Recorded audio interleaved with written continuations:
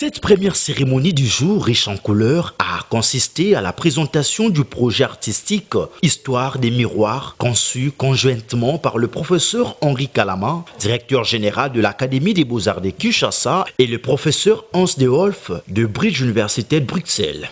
Devant l'assistance, le professeur Hans a fait savoir que ces projets étaient un nouveau cadre didactique pouvant mettre en relation les étudiants de l'Académie des Beaux-Arts de Kinshasa et ceux de Bruxelles. Notre projet, ensemble avec mon ami Henri Kalama, on a cherché à trouver une méthodologie, parce qu'il s'agit de ça, pour faire partager cette connaissance avec le plus grand nombre de personnes. Et on voudrait commencer avec des étudiants de master dans l'école de Beaux-Arts de Kinshasa et l'Académie royale de Beaux-Arts à Kinshasa, à Bruxelles et à Kinshasa.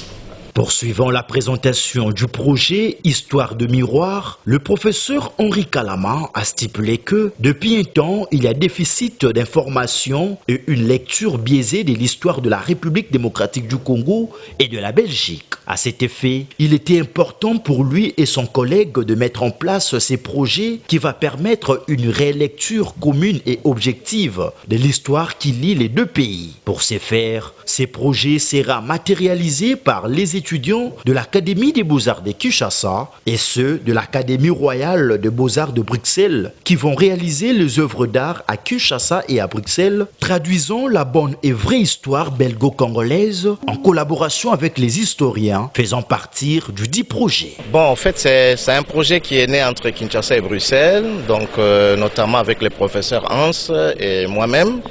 Alors on s'est dit, à travers les étudiants, nous allons devoir essayer de revisiter notre histoire ou nos histoires entre les deux pays, la Belgique et le Congo. Pourquoi les miroirs? Vous savez la symbolique du miroir, qui est celle de la vérité.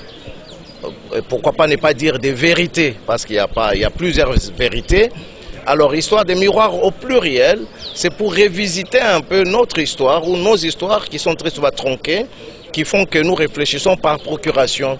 Et quoi de plus normal que de passer d'abord par les étudiants, en jauger leur connaissance de notre histoire commune, ce serait une voie de réconciliation, la voie privilégiée.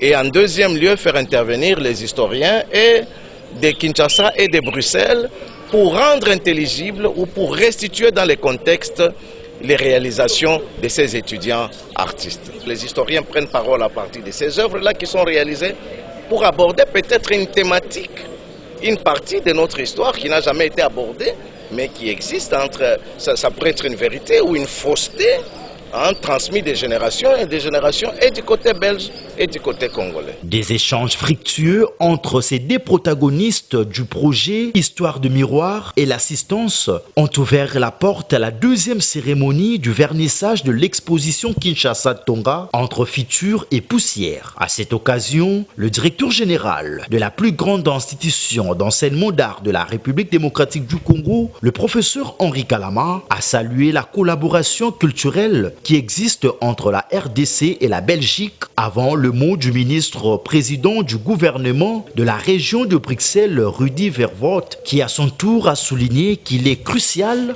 de raffermir le lien entre la RDC et la Belgique vu l'histoire commune de ces deux nations. Puis l'heure était à l'exposition Kinshasa Tonga entre futur et poussière qui vise à relever la ville de Kinshasa à travers la pluralité de manières de faire et des produits. Ceci à la grande satisfaction du directeur de l'Institut des musées nationaux du Congo, le professeur Placide Mumbembele. C'est une activité d'une grande importance parce que c'est un moment d'échange entre Bruxelles et Kinshasa dans le cadre de ces projets culturels.